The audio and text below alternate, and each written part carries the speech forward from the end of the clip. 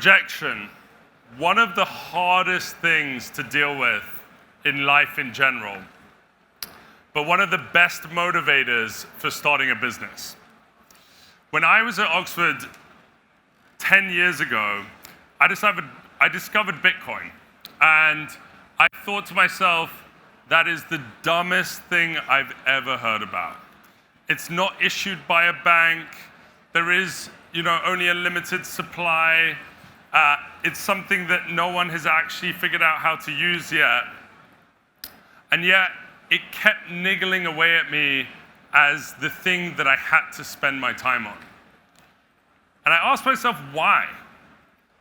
Well, actually, Bitcoin wasn't the solution that people were saying that it was to, the thing that the internet needs to be a global commercial system. It wasn't the thing that was gonna, take down central banks and stop them from issuing currency and inflating, away people's savings. It was none of those things.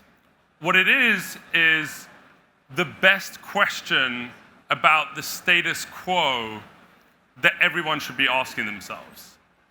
It's the thing that really challenges people's thinking about, should the internet be an advertising-based, commercial reality? Should we actually have free services on the internet that we pay for with our data? Should the internet be an oligopoly? Should banks have a monopoly on the issuance of money? Bitcoin was not the solution to any of those questions, but it was the best articulation of the questions itself.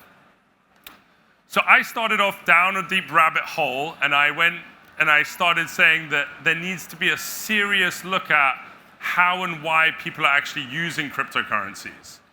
And I pitched the entire economics department at the University of Oxford that we should spend our time researching really how Bitcoin functions. And I got 75 rejections saying that we have no interest in your research agenda. It will never have any relevance for the future of finance, and there will never be an internet economy that is different from today. Fast forward 10 years. Some of the biggest companies in this hall have been made based on cryptocurrency. Some of the largest transformations in business models about the internet have been done using the blockchain. Some of the most disruptive potential of how content creators actually interact with their fans has happened on cryptocurrencies. And actually, now when you ask yourself the same question of, how relevant is cryptocurrencies for the future of finance, the answer is, well, it's inevitably going to be here. We just don't know all of the different applications. So I went off on my merry way 10 years ago down this crypto rabbit hole, and I met two people along the journey, Michael and Jan, who are my co-founders at Chainalysis. And the three of us got together and said, there actually needs to be a way for us to really understand how and why people use cryptocurrency. And if we can actually understand that, we can make sure that the abuse of cryptocurrency becomes of second-order concern, and people can focus on building the applications and the new types of business models that crypto promises. Now, that was a big idea, and it starts off with, who are your initial customers? Who are the people that are going to be with you along the journey to help you build the company to realize the big potential for such a transformational technology? And so we started the business in investigations. We helped power a lot of law enforcement investigations into the abuse of cryptocurrencies. And that was our initial market. And people told us, we went to go raise venture money, and I faced exactly the same problem, which was, 70 plus rejections of our seed round in 2015, where people told us, yeah, we love, this industry, but you only sell to, a small subset, and we're not really sure if the market's big enough and the growth rate's there, and, we're not really sure about its eventual impact on the world.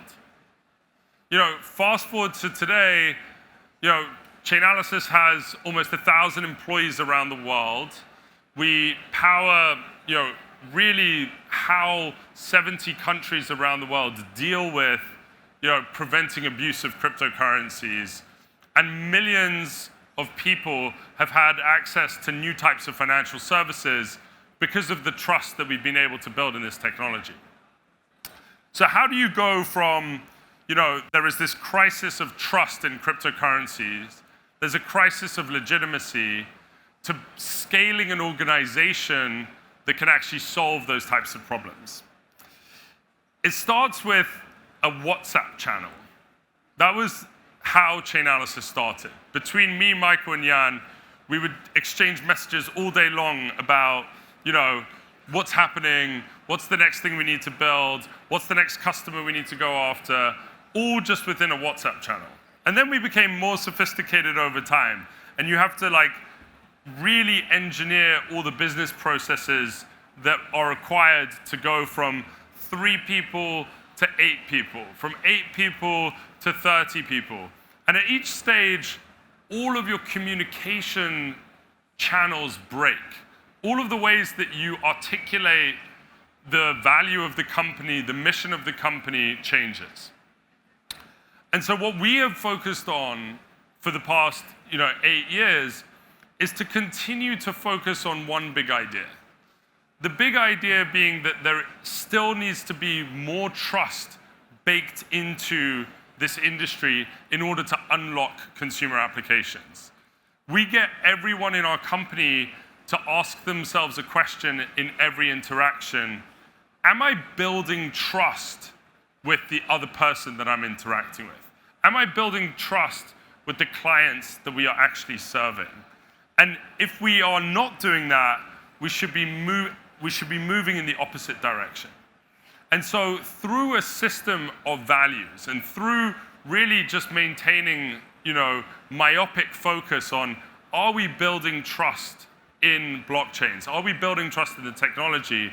You can scale, an idea into actually a mission. And then when it comes to communicating that, you need to understand what the strategy is behind the business. You need to understand, what is the best articulation of, what is Chainalysis going to be in 5 years from now? What is Chainalysis going to be in 10 years from now? And then you have to make sure that everyone in the company can actually say the same thing to the new person that joins. We built our APAC region, which now has over 100 employees in it, purely during COVID. I couldn't meet a single person that we hired during that time. And yet, I've come now to Singapore for FinTech Festival, and everyone can tell me, what Chainalysis stands for, what are the values that we abide by when building the business, and what are we going to look like as a data platform, 3 years from now. And that for me is where, company building begins and ends, is can you take, what are really challenging problems, something that, it takes me back to the beginning of cryptocurrency. Is Bitcoin the solution? Is Chainalysis the solution today? No. It's about posing those massive questions about what are the ways that we're going to prevent the abuse of cryptocurrency and encourage all of the innovation and all of the new applications of this technology moving forward. It's about saying, nothing today is the end solution. There's no actual, end state that exists on the internet today.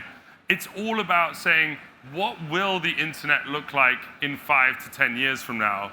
And what we strive to do at Chainalysis is power really every decision that people are taking based on value that is going to be transferred and stored on the blockchain. And today that means cryptocurrencies, but as we've seen in our business, this starts to touch every industry around the world. And so you take the inspiration from original rejection and original people who say, it's not big enough, to continuing to focus on a single big idea and building an army of people who believe in one shared mission. Thank you.